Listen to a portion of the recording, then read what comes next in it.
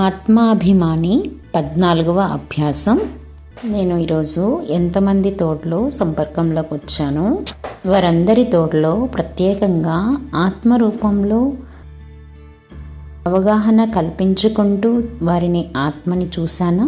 ఈ స్మృతి నాకు ఎంతవరకు ఉంది అని నన్ను నేను చెక్ చేసుకుంటున్నాను. ఆత్మాభిమాని స్థితి నాది ఎంతవరకు మంచిగా ఉంది.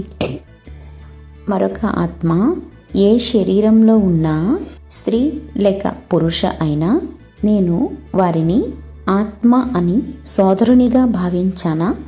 ఆత్మ అభిమాని యొక్క అభ్యాసాన్ని తీవ్రంగా చేసుకోవటానికి నేను ఈ అభ్యాసాన్ని నిరంతరం చేస్తూ ఉంటాను. నేను ఈరోజు ఎన్నిసార్లు నేను అనే శబ్దాన్ని ప్రయోగించినప్పుడు అన్నిసార్లు నేను ఆత్మను ఈ అవగాహనతో చేశానా? నేను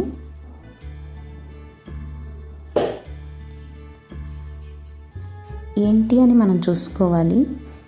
అంతిమంలో నేను ఆత్మ అని అనుభవము ఎంత బాగా అవుతుంది. బ్రుకుటి మధ్యలో కూర్చుని ఆత్మ అక్కడ నుండే అందరినీ చూస్తున్నానా అని చూసుకోవాలి. ఓం శాంతి.